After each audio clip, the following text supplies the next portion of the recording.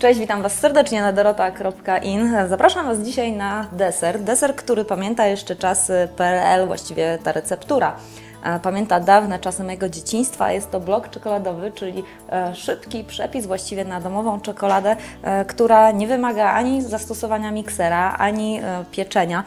Po prostu trzeba ją wymieszać, wszystkie składniki wcześniej, roztopić masło i schłodzić potem po przełożeniu do foremki w lodówce.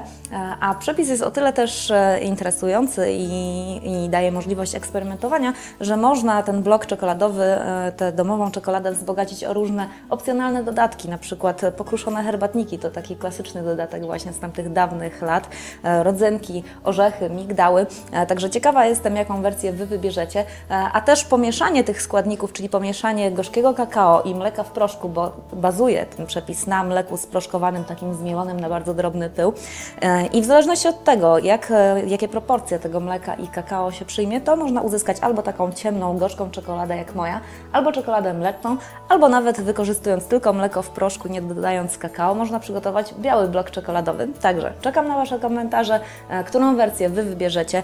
Na blogu Wam dokładnie opisuję też, co i jak trzeba skomponować, żeby określony blok czekoladowy uzyskać, a teraz pokażę Wam krok po kroku, jak się go przygotowuje.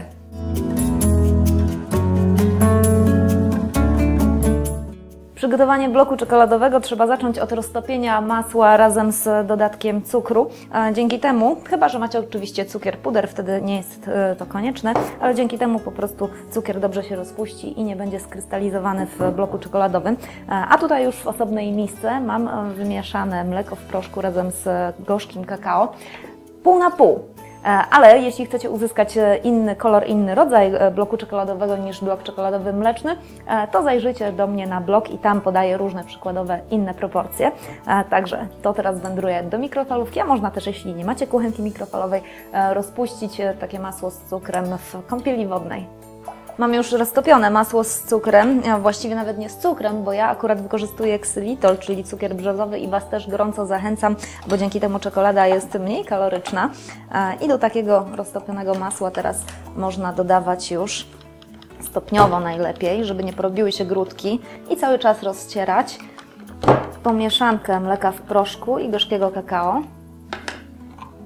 Można najwygodniej właściwie i szkoda, że ja sobie nie wzięłam tego mieszadełka silikonowego, ale łyżką też można dać sobie radę. Powstanie taka dosyć gęsta masa, można ją też zagniatać ręcznie, jeśli nie wychodzi Wam łyżką. Trzeba ją szybko teraz tak naprawdę już będzie przekładać, żeby nie zdążyła zastygnąć, ale najpierw jeszcze dodam bakalię. U mnie to jest mieszanka orzechów i migdałów, do tego jeszcze można dorzucić trochę rodzynek albo żurawiny.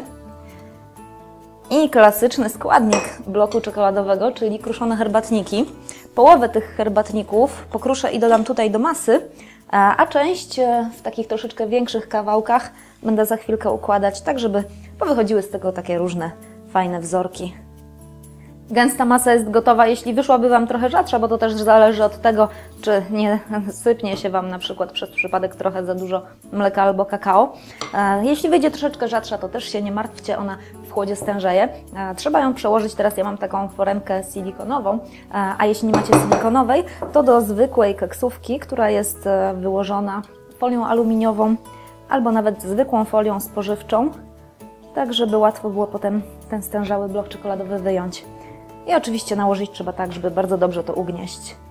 Wszystko dokładnie uwite, to teraz na około 2-3 godziny, albo jeśli potrzeba, to nawet i na dłużej, do lodówki do stężenia.